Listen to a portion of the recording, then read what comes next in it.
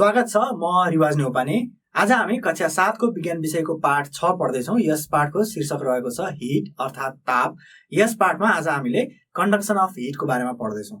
आउनुहोस् आज कक्षा सुरु गरौँ। एउटा मोमबत्ती बाल्नुहोस् र एउटा फलामको एउटा छोटो रड लिएर त्यसको एउटा छेउबाट त्यो रडलाई तताउनुहोस्। त्यसको केही समय पछाडि हामीले यो रडको अर्को छेउमा छुँदाखेरि पनि के हुन्छ, यो चाहिँ तातो महसुस हुन्छ। किन त्यस्तो भएको होला, एकछिन विचार गर्नुहोस्। आजको कक्षामा हामीले यही कुराको उत्तर पाउनको लागि हिट अर्थात् ताप भनेको के हो भन्ने बारेमा पढ्दैछौँ। भनेदेखि ताप एक ठाउँबाट अर्को ठाउँमा कसरी प्रसारित हुन्छ भन्ने सन्दर्भमा कुरा गर्दाखेरि कन्डक्सन अफ हिटको बारेमा पढ्दैछौँ। सुरुवात गरौँ हिट अर्थात् ताप भनेको के हो भन्ने कुराबाट। कुनै एउटा फलामको रड लिनुहोस् र उक्त फलामको रडलाई एउटा कुनै ढुङ्गामा केही बेरसम्म यसरी घोट्नुहोस्। यसरी रगड्दाखेरि के हुन्छ त, हामीले पछि यसलाई यहाँनिर छोयौँ भनेदेखि यो फलामको यो रडको यो भाग चाहिँ के हुन्छ, एकदमै तातो भएको हामी महसुस गर्न सक्छौँ। यो किन भएको होला त? किन भएको भनेर तपाईँहरूले प्रश्न सोध्नुहुन्छ भनेदेखि जतिखेर हामीले यसलाई यो ढुङ्गामा रगड्छौँ त्यतिखेर घर्षण अर्थात् फ्रिक्सनले गर्दाखेरि के हुन्छ त, यो रडमा भएका अणु तथा परमाणुहरू, जसलाई हामी अङ्ग्रेजीमा एटम र मोलिक्युल्स भन्ने गर्दछौँ, यिनीहरूको के हुन्छ त, भाइब्रेसन अर्थात् यिनीहरूको चालमा चाहिँ वृद्धि हुन जान्छ। यसरी अणु तथा मोलिक्युलहरूको भाइब्रेसन बढ्दाखेरि के हुन्छ त, यसले यो रडको हिट अर्थात् रडमा भएको हिट अर्थात् तापलाई बढाउँदछ। यसरी चाहिँ रड तातो भएको। अब यसरी हेर्दाखेरि हामीले हाम्रो हातमा रहेको बल अर्थात् हाम्रो हातमा रहेको शक्तिले, इनर्जीले चाहिँ यो रडलाई हल्लाएका हुन्छौँ भनेदेखि उक्त शक्ति पछि यो रडमा के हुन्छ त, तातोको रूपमा सञ्चित भएर बस्छ। यसको अर्थ हिट पनि के रहेछ, हिट अर्थात् ताप पनि के रहेछ त, एउटा एक प्रकारको इनर्जी नै रहेछ, एक प्रकारको शक्ति नै रहेछ। त्यसो भए हामीले हिट अर्थात् तापलाई व्याख्या गर्दाखेरि कसरी गर्न सक्छौँ? यहाँ हेर्नुहोस् त, मैले एउटा परिभाषा लेखेको छु। ताप अर्थात् हिट भनेको एक प्रकारको शक्ति हो जसले हामीलाई तातो महसुस गराउँछ। यसरी हामीले ताप अर्थात् हिटलाई एउटा शक्तिको रूपमा, एउटा इनर्जीको रूपमा चाहिँ व्याख्या गर्न सक्ने रहेछौँ। मैले सुरुमा भने जस्तो तपाईँहरूले मोमबत्ती बालेर एउटा रडलाई, एउटा मेटलको फलामको अर्थात् कुनै पनि मेटलको एउटा रडलाई एक छेउबाट तताउनु भयो भनेदेखि उक्त तातो चाहिँ के हुन्छ, उक्त ताप शक्ति चाहिँ यो छेउबाट अर्को छेउमा चाहिँ प्रसारित भएर जान्छ। यसको अर्थ के रहेछ त, ताप शक्ति पनि। यसको अर्थ हामीले यो उदाहरणबाट के भन्न सक्छौँ त, ताप शक्ति चाहिँ, ताप अर्थात् हिट इनर्जी एक ठाउँबाट अर्को ठाउँमा प्रसारित हुन सक्छ भनेर मैले यसरी लेख्न सक्छु। जसलाई हामी अङ्ग्रेजीमा भन्नु पर्यो भनेदेखि ट्रान्समिसन अफ हिट भनेर भन्न सक्छौँ। त्यो भनेको तापको प्रसारण नै हो। तापको प्रसारण हुने विभिन्न विधिहरू, विभिन्न तरिकाहरू रहेका छन्। ती तरिकाहरू मध्ये पनि यहाँ माथि जुन यो मोमबत्तीमा आगो बालेर रडको माध्यमबाट यसरी ताप शक्ति प्रसारण हुन्छ भनेर मैले भनेको थिएँ, यो तरिका भनेको कन्डक्सन अफ हिट हो र कन्डक्सनलाई नेपालीमा ताप शक्तिको सञ्चालन पनि भन्ने गरिन्छ। अब हामी कसरी एक ठाउँबाट अर्को ठाउँमा ताप शक्ति अर्थात् हिट चाहिँ कन्डक्सन विधिबाट प्रसारित हुन्छ भन्ने सन्दर्भमा कुरा गर्दैछौँ। जस्तो यो एउटा प्रयोग तपाईँहरूले आफ्नो विद्यालयको प्रयोगशालामा पनि गएर गर्न सक्नुहुन्छ।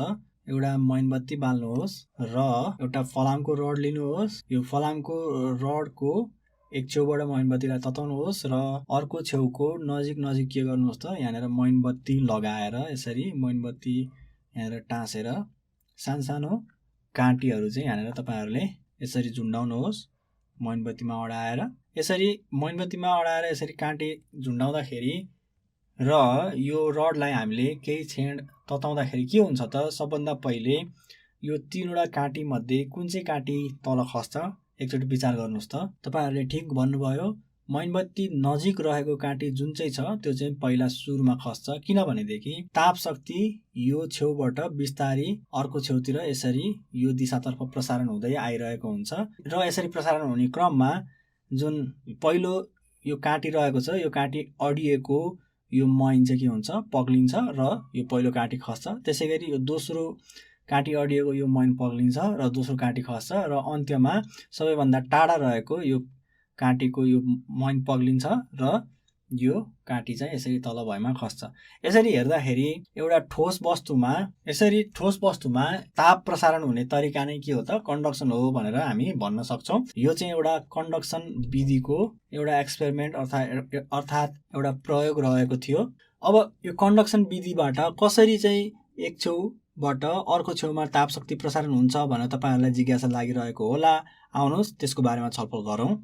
हामीले जुन मेटल अर्थात् धातुको रड लिएका हुन्छौँ त्यसको एक छेउबाट यसरी आगोले तताउँदाखेरि यहाँनिर के हुन्छ त यो मेटलको यो छेउमा रहेको अणुहरूको यसरी भाइब्रेसन चाहिँ बढ्न जान्छ, जसले गर्दाखेरि यो छेउमा रहेको अणुले यसको छेउमा रहेको अणुलाई आफूमा रहेको भाइब्रेसन, आफूमा रहेको चाल शक्ति अर्थात् काइनेटिक इनर्जी चाहिँ के गर्छ अर्को अणुलाई यसरी प्रसारण गर्छ, अर्को अणुलाई दिन्छ। त्यसैगरी यो अणुले पनि अर्को अणुलाई आफ्नो भाइब्रेसन, आफ्नो काइनेटिक इनर्जी चाहिँ प्रसारण गर्छ।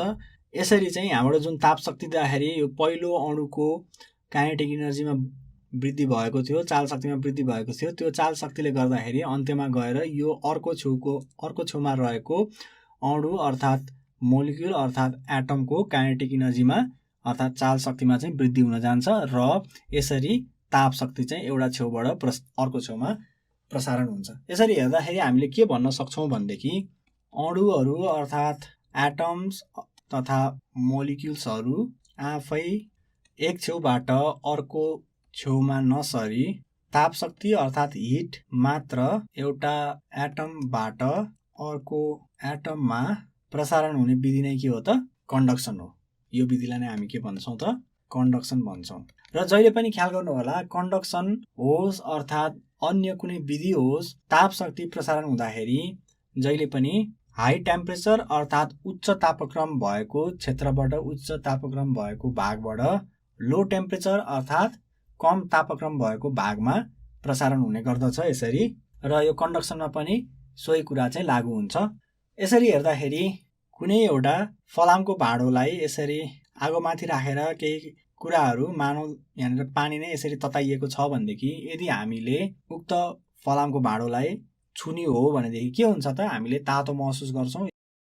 यसको अर्थ यो फलामको भाँडोमा चाहिँ हाई टेम्परेचर हुन्छ, उच्च तापक्रम हुन्छ, तर हाम्रो हातमा के हुन्छ त लो टेम्परेचर हुन्छ।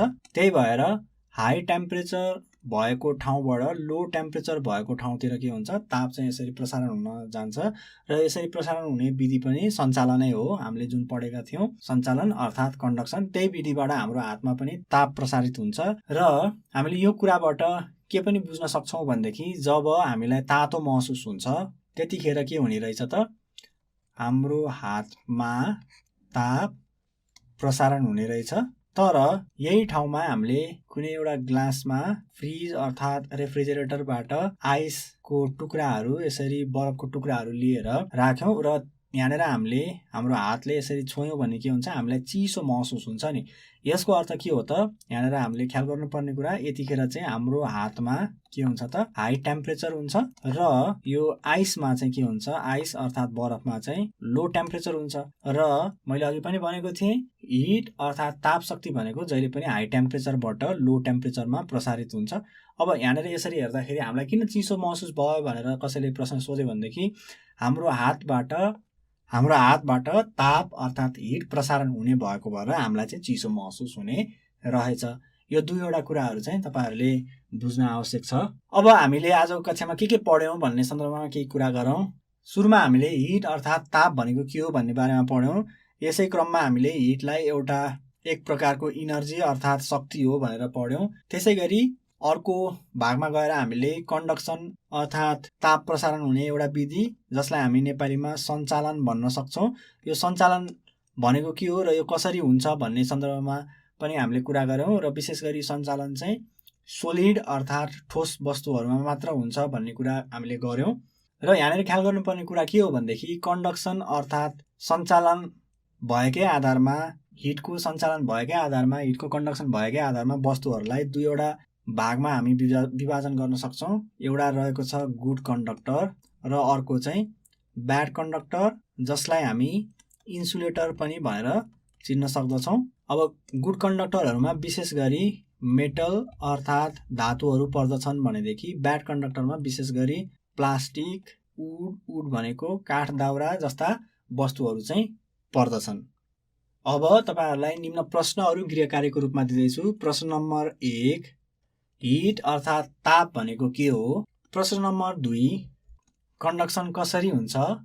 प्रश्न नम्बर 3 आइस अर्थात् बरफ छुँदा हामी किन चिसो महसुस गर्छौं? त्यसैगरी चौथो तथा अन्तिम प्रश्न कन्डक्टर र इन्सुलेटर बीच फरक छुट्याउनुहोस्। तपाईहरुले यी प्रश्नहरू गृह कार्यको रूपमा गर्नुहोला। हामी आज कक्षाको अन्तिममा आइपुगेका छौं। जानुभन्दा अगाडि तपाईहरुलाई अप्ठ्यारो पर्यो भनेदेखि हामीलाई सम्पर्क गर्न आवश्यक पर्ने इमेल ठेगाना छोडेर जाँदैछु। हाम्रो इमेल ठेगाना रहेको छ learning@dearwork.edu.np। यस इमेल ठेगानामा तपाईहरुले आफूलाई लागेको जिज्ञासा साथसाथै हामीलाई सल्लाह सुझाव पनि पठाउन सक्नुहुनेछ। आजको कक्षा सकियो। धन्यवाद।